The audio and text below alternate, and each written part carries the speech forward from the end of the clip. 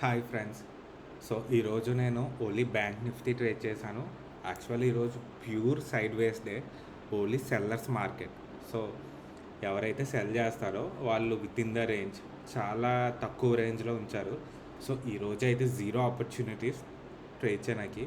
ఎవరైనా క్యాచ్ చేసి ఉంటే ఈ మార్నింగ్ మూమెంటం క్యాచ్ చేయొచ్చు, బట్ ఇది కూడా చాలా కష్టం. ఎందుకని చెప్తాను ఫర్దర్గా వీడియోలో. చాలా వాలటైల్ ఉంది. కోర్స్ ఐ మీన్ గ్రీన్, నేను ప్రాఫిట్లోనే ఉన్నాను. బేసిక్గా అయితే నేను ఈరోజు ట్రేడ్ చేయకూడదు అనుకున్నా.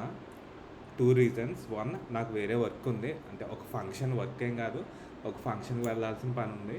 సో ఐ థాట్ హరీబరీగా ట్రేడ్ చేయడం ఎందుకు, ఈ మంత్ ఆల్రెడీ గుడ్ ప్రాఫిట్లో ఉన్నా అని.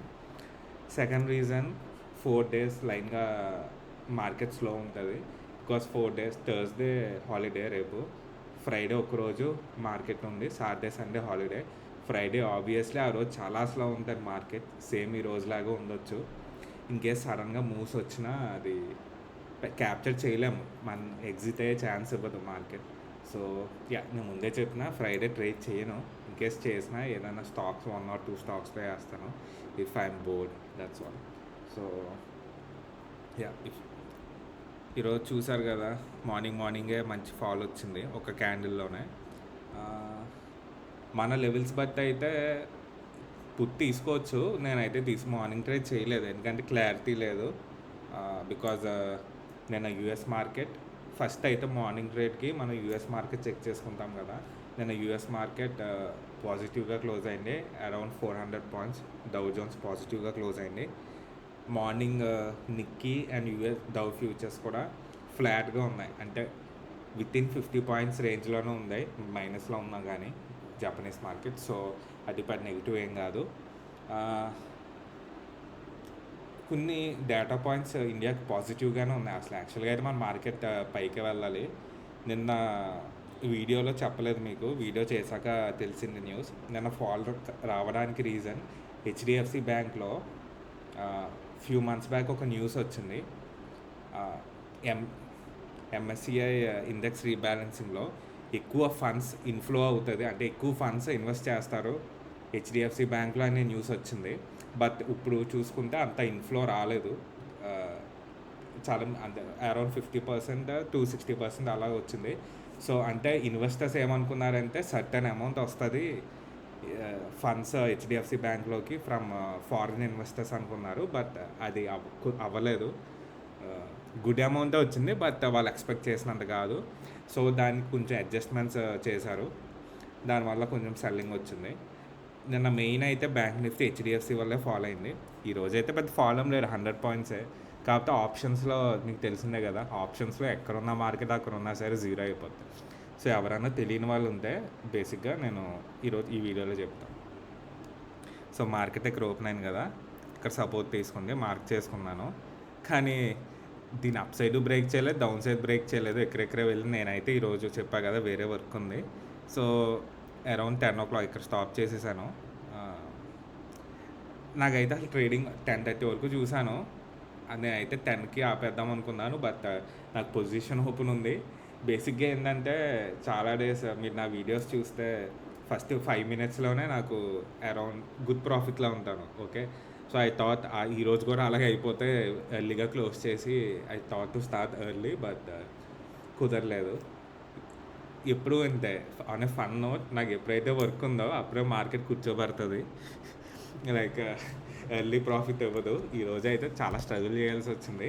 బట్ గుడ్ థింగ్ ఏంటంటే క్లోజ్ చేసేసి వెళ్ళిపోయాను. తర్వాత అస్సలు మూవ్ లేదు. మినిమం చూడండి, అరౌండ్ 10:30 ఇక్కడ వరకు ఓకే, అప్ అండ్ డౌన్స్ వచ్చాయి, కానీ ఇక్కడ నుంచి అసలు మూమెంటే లేదు. ఈరోజు bank Nifty expiry, so premium moment ఈక్వల్గా జరుగుద్ది. అంటే ఈ క్యాండిల్లో ఒక 100 పాయింట్స్ వస్తే మనం ఎంత మనీ తీసుకున్న 100 పాయింట్స్ మూవ్ వస్తుంది. సో అది ప్రీమియం మూమెంట్ బాగుంటుంది, బట్ అది క్యాప్చర్ చేసుకోవడం చాలా కష్టమైంది ఈరోజు.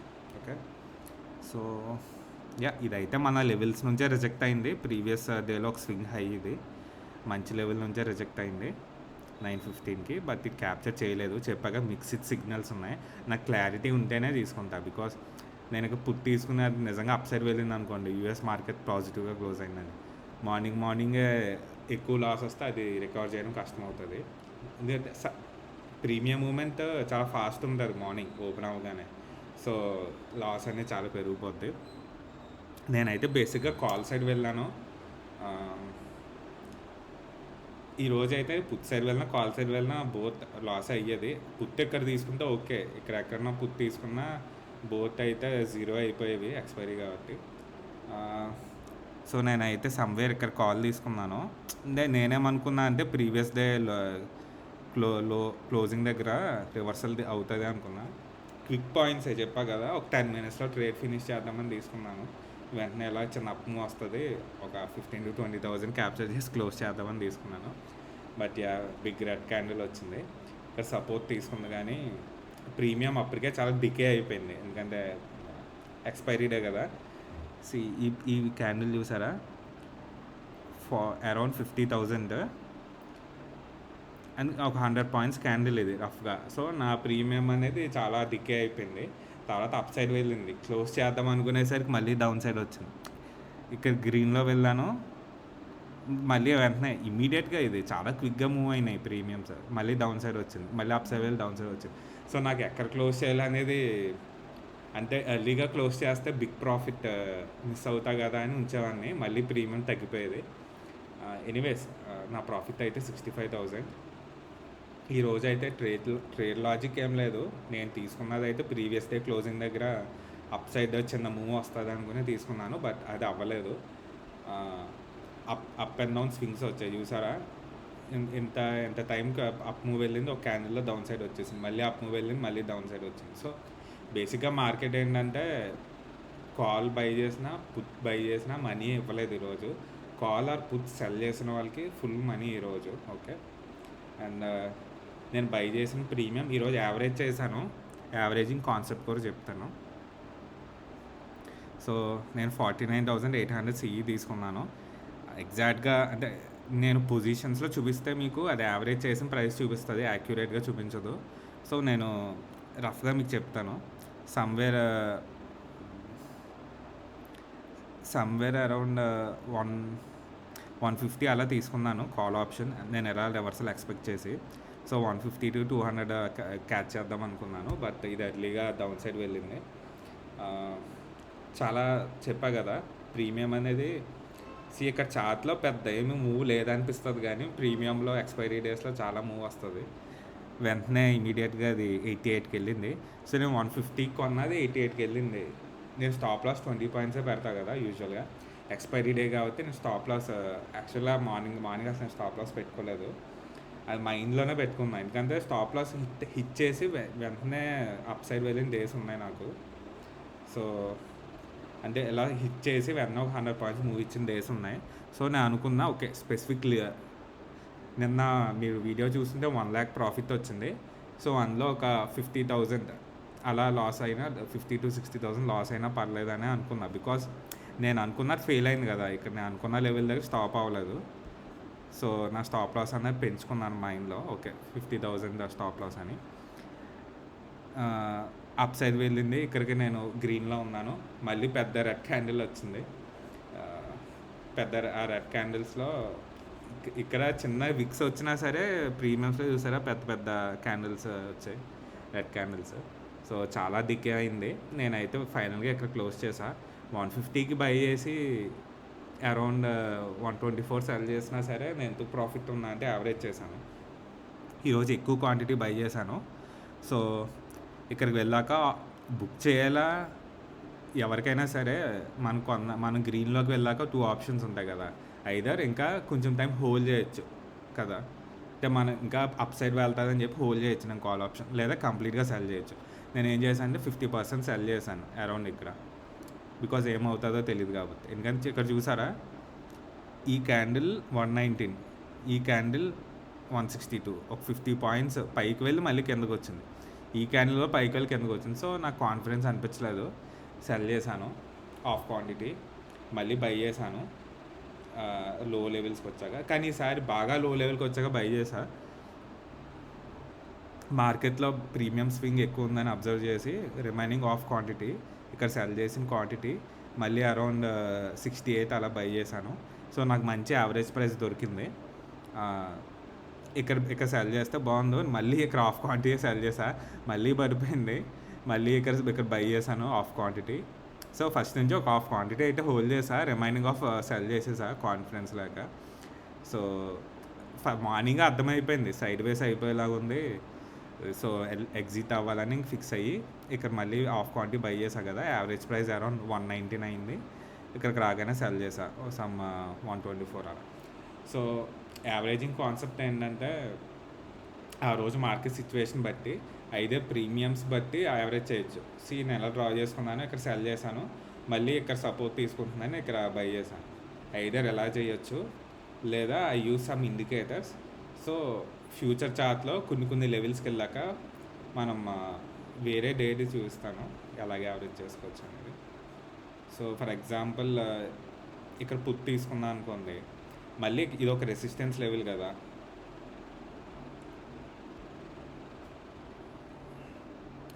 సో ఇది ఒక లెవెల్ కదా, ఈ లెవెల్కి వచ్చాక యావరేజ్ చేసుకోవచ్చు. ఎందుకంటే ఆల్మోస్ట్ ఇది కొంచెం పైకి వెళ్తే స్టాప్ లాస్ కింద లెక్క కదా మనకి.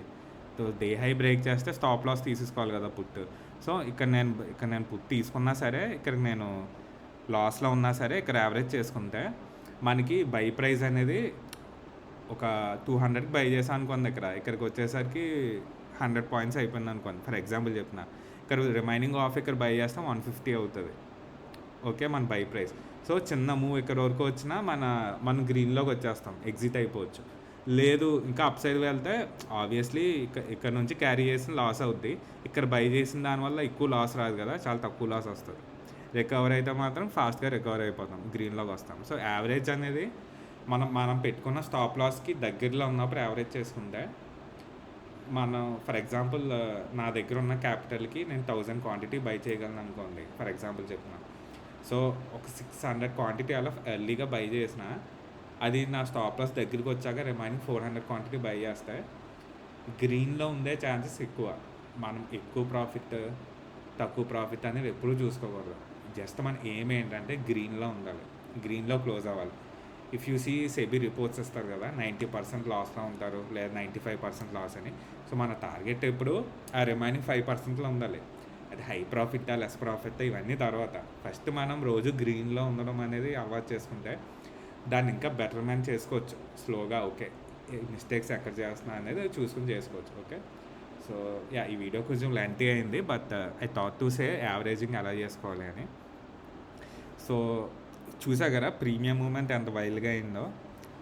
చార్ట్లో చూసుకుంటే పెద్దగా ఫాలో అయింది ఏం లేదు అసలు ఈరోజు, అది జస్ట్ 100 పాయింట్స్. కానీ ఎక్స్పైరీ డేస్లో ప్రీమియం మూమెంట్ ఎలాగ ఉంటుంది, బాగా అప్ అండ్ డౌన్స్. 79కి వచ్చింది, 84కి వెళ్ళి, అంటే ఒక 15 మినిట్స్లో డబుల్ అయింది ప్రీమియం. మళ్ళీ ఎక్కడ ఉన్న లెవెల్కి అక్కడికి వచ్చింది. మళ్ళీ డబుల్ అయింది, మళ్ళీ 66కి వచ్చింది, మళ్ళీ డబుల్ అయింది. చూసారా ప్రీమియమ్స్. సో మనం ప్రతి మూవ్ క్యాచ్ చేయలేం లేదు, బట్ మనం తీసుకున్న పొజిషన్ని మనం తీసుకున్న ప్రతిసారి అది కరెక్ట్గా అవ్వాలని లేదు టెక్నిక్. కానీ అది తీసుకున్నది రాంగ్ అయితే ఐదర్ మనం ఎగ్జిట్ అవ్వాలా లేదా అది యావరేజ్ చేయాలి, డిసైడ్ అవ్వాలి. ఇంకేస్ యావరేజ్ చేయాలనుకుంటే అదే మంచి లెవెల్కి వచ్చాక యావరేజ్ చేసుకుంటే మనకి ఎగ్జిట్ అవ్వడం ఈజీ. అర్థమైంది కదా, మనం మంచి ప్రైస్ లెవెల్. ఇప్పుడు నేను లాస్లో ఉన్నానండి, ఇక్కడ యావరేజ్ చేస్తే ఇది ప్రీమియం చార్ట్. ఫర్ ఎగ్జాంపుల్ నేను 150 దగ్గర బై చేశాను చెప్పాను. నెక్స్ట్ ఆఫ్ క్వాంటిటీ నేను 130 దగ్గర బై చేస్తే నేను లాస్లోనే ఉంటాను, ఎందుకంటే నేను 120 క్లోజ్ చేశాక లాస్లో ఉంటాను. కానీ నేను బాగా లో లెవెల్కి వచ్చాక బై చేశాను కాబట్టి అది రికవర్ అయింది. ఓకే, సో ట్రేడింగ్ అనేది ఒక స్ట్రాటజీ మీద డిపెండ్ అవ్వదు. Strategies important, capital important, but ఇవన్నిటికన్నా మన psychology important. Okay, so everyone face loss. అందరూ ప్రాఫిట్స్ చూస్తారు, లాస్ చూస్తారు. మనకు స్ట్రాటజీస్ వచ్చినా రాకపోయినా ఇంకా ట్రేడింగ్ అంటేనే ప్రాఫిట్స్ లాస్ అన్నీ వస్తూనే ఉంటాయి. కానీ దాన్ని మనం ఎంతవరకు మినిమైజ్ చేసుకోవాలి. ఒక 10,000 లాస్ ఒకలా ఉంటుంది, 1000 రూపీస్ లాస్ ఒకలా ఉంటుంది, ఒక 1 lakh లాస్ ఒకలా ఉంటుంది కదా. సో లాస్ అనేది కామన్ థింగే, కానీ అది ఎంతవరకు మనం మినిమైజ్ చేసుకోగలం, లేదా లాస్ రాకుండా మనం ఎంతవరకు ఆపర్చునిటీస్ లైక్ ఇలాగ యావరేజ్ చేసుకోవడం కానీ అదర్ స్ట్రాటజీస్ యూస్ చేసి కానీ మోస్ట్ డేస్ గ్రీన్లో ఎలా క్లోజ్ చేయాలి అనేది ప్రాక్టీస్ చేయాలి. అదే మీరు ఇన్కేస్ ఎవరైనా కొత్త వాళ్ళు ఉంటే బేసిక్గా 1 or 2 లాట్స్తో స్టార్ట్ చేయండి ట్రేడింగ్. మినిమం ట్రేడ్ తీసుకుంటే ఒక 20-30 పాయింట్స్ క్యాప్చర్ చేసుకుంటే ఆ ప్రాక్టీస్ అనేది మీకు తెలిస్తే then you will be in a good position in future. Okay, so ya you can see my profit and loss here. 49,800 CE చేశాను, 64,000 ప్రాఫిట్.